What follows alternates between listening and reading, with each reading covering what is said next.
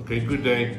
This is Smart Life back again, your Smart Life coach, teaching you how to turn your life into much more smarter life by applying specific items, specific knowledge, and specific techniques. Now, today I'm going to start a series of negotiation skills.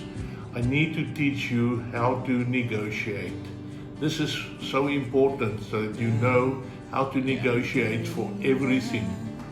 Anything, everything in your life is based on negotiations. Now, negotiations, there will be a series, 3 series on this. The first series is based on power. We have spoken about power before, but now I'm going to go into a little bit more depth and the application of such power, specific reference to negotiation skills. You have to know about power. Thereafter, I'm going to talk in the next series about the empowerment, which is related to the power, but also the ethics and the politics that goes around negotiation skills. And in the third series, we are going to discuss now exactly what do you need to take in consideration and how do you apply your negotiation skills. Okay, now the first one about power is about the concept. The concept of power. The concept of power is you have to understand who you are negotiating with. You have to understand that. In other words, you have to make a pre-study of the people or the organization that you are going to negotiate with. Whether it is to buy something, whether it is to gain an employment, whether it is to gain a contract, anything, make sure that you know who the people and the organization, or whatever it is that you are going to work with. And it's important that you understand the power play of this. And the first one is, how do this company operate? How does it operate? What is that thing inside that company that makes it work or doesn't work? You have to realize that. You have to study that. You have to find out what that is about. What is it what makes that company be what it is? The interactions within the company, in between the people, in between the layers, horizontal layers, vertical silos, how does that work? That plays a major role in the way that you negotiate. And then the structure itself. How does the company structure itself there?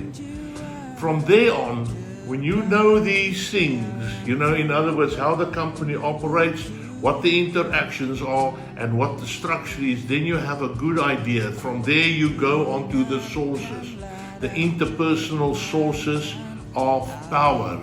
You have to now realize what is their legitimate power, what is your legitimate power.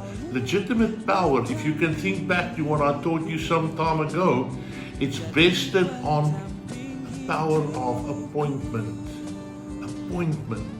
Okay. In other words, that is the legitimate power that the individual or even the organization has to exert some legitimate actions for you, against you, with you. That part. The second one is the power of reward. What is the power of reward that you have? What's the power of reward that they have? The reward is that how can they remunerate you? How can they give to you? How can you give to them?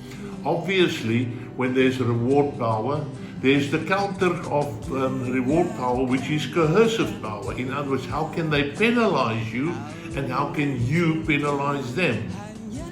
Can you now understand why you have to understand these things before you negotiate? Then it comes to expert power. What is your expertise? What is their expertise? You are negotiating something, maybe a contract, maybe a job application. What is your expertise that makes you so special? And what is their expertise that you can add to them? Understand that, know that. And then the last one is referral power. Now, not referral by who they know and stuff, but by their charisma. How charismatic do they operate? Okay? That is important, that you understand how charismatic the individuals are. The charismatic culture of the company many a times determines the interpersonal relationship within the company and also the structure within the company. Sometimes it's a very directive company and sometimes it's a more consultative company. It depends on the whole culture of the company. Understand then these sources of power. Then the next one goes about the structure of power, and that is the resources. Where do the resources come from? Where do their resources come from? Where your resources? It's always yours and theirs. You play that against each other. What is the resources? The resources, we talk about money, we talk about buildings, we talk about vehicles, boats, aeroplanes, buildings, anything, resources that they might have that they can use as a bargaining tool within the negotiations, resources that you have that you can use for that. What is their style of decision making? And what is their legitimacy of decision making? This is so important that you find this out. That is the decision making of the people that you are going to negotiate with. One of the most outward mean things that people do in negotiations is to take you into a negotiation point and negotiate with you and draw from you everything that they think that you can put on the table. In other words, everything that I just now taught you, what you have to learn from, they learn from you. And then when you come to the point to say, okay, this is now where we are, what is your decision? And then they say, oh, we'll have to take it to our management for decision. It means that they never had the decision-making authority to negotiate.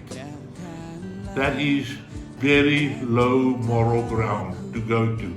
Make sure that you have the decision-making authority to negotiate for who you are, in other words, on yourself, of course, then when you do, or for your company, that you have that. And ensure that the people that you negotiate, they have the same. Otherwise, you're wasting your time. Just walk away. It's a waste of time. They will suck you out of all the information that you have and put nothing on the table.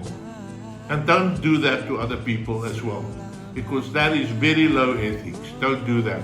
And then the last one is information. What information is there available? What information? About the whole thing. About everything, about the contract, everything in the contract, about what you can put on the table if you want to do a job interview. What can you put on? All the information, you put it there.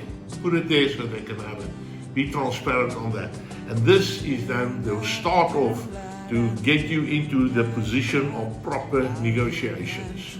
I hope that understand this well. Understand the sources of power and what goes with that, so that when we come to the next video for negotiations, so that you have that, you understand that, you have internalized that, and you can interpret that and relate with that on the next video that I'm going to post for you.